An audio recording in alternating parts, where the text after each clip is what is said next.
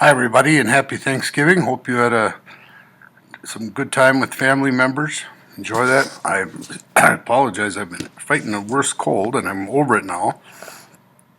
And unfortunately for me, I have to get a rotator cuff fixed on Wednesday, so I'm not looking forward to those things. My last film visit, the last assignment you'll have, the last contact before our final. What I want to talk, I think all of you, maybe one of you has not signed up for your final, and the approach I'm taking is if you don't sign up, that's your decision. I'm not going to track people down. Contact me, and I will happily get you signed up. What I need from everyone before you take the final is a copy of your final resume, cover letter, and references. Now, I don't know if we've talked about references, but I would expect that everyone would have 3 references. That's the norm. And one of those, I would say, would be somebody from your current program, somebody from your past, maybe a high school teacher or a family friend or whatever. And then the third one is kind of a that's up to you type person. Obviously, not somebody who's an immediate family member or whatever.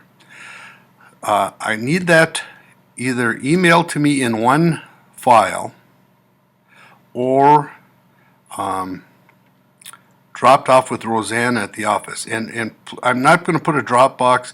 Email it to me. My Masabi email, I think, is on the line. Otherwise, you can send it to me at sisu, SISU _ 55614 at yahoo.com. SISU _ 55614 at yahoo.com. Here's why I need it. On late this coming weekend, while I'm sitting here recovering from my surgery, I'm going to get those all divided and print out and get packets to the people that'll be doing the final exam interview so that they have some sense of knowing you before you walk in. While this is practice, I think there's enough people here who have some they may be able to help you with a position later on down the road. Finally, and this one is important, just because I see people who struggle with tell me about yourself, I'm asking you to film yourself with an iPhone doing that and email that to me as well.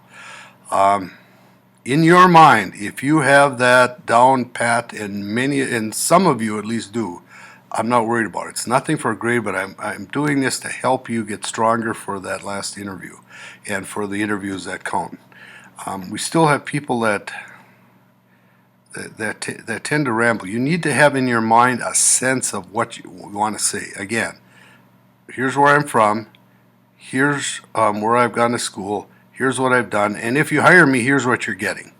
Those are the real 4 things, and at least practice it or whatever. But I would ask the bulk of you to email that to me. I want to use it as an opportunity for you to practice and for me to give you some advice beforehand. Now, your interviews, and I will be sending you probably Monday a confirmation time of your email of your final interview, which is Thursday the 10th. I'd ask you to, dress up. That doesn't mean you wear a suit and a tie or anything like that, but at least some decent pants and a shirt and whatever. If you've got a beard, trim it. Make the assumption that it's for keeps. And as I say, there's enough people who are going to be interviewed that many of you will want to make a good impression on. And if you do a good impression, people will remember. I think I've told most of you this, but there's 3 people from Cliffs, a guy named Terry Soderberg, who's a friend of mine who retired St. Louis County solid waste leader here in Virginia, Roy Smith from the IRRB, Carol Helen from Masabi, Commissioner Rukavina, a guy named Dave Merhar, who is a West Point grad, a retired military commander in Germany. What the common theme among these people is they're all very, very, very positive, encouraging people. And the interview will be a little longer than what we have done in our mock interview. I would guess it would be 15 minutes. and then just visiting and them giving you their thoughts and advice, and the opportunity for you to ask some questions. Finally, let's talk about questions for a minute and what kinds of questions you should ask. And some of them, what I do not encourage is people to talk about benefits.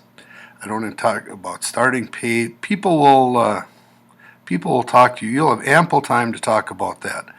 But you're trying to make an impression, and again, the more people that get laid off around the world and around northeastern Minnesota, for those of you who want to stay here, the more competition there's out there.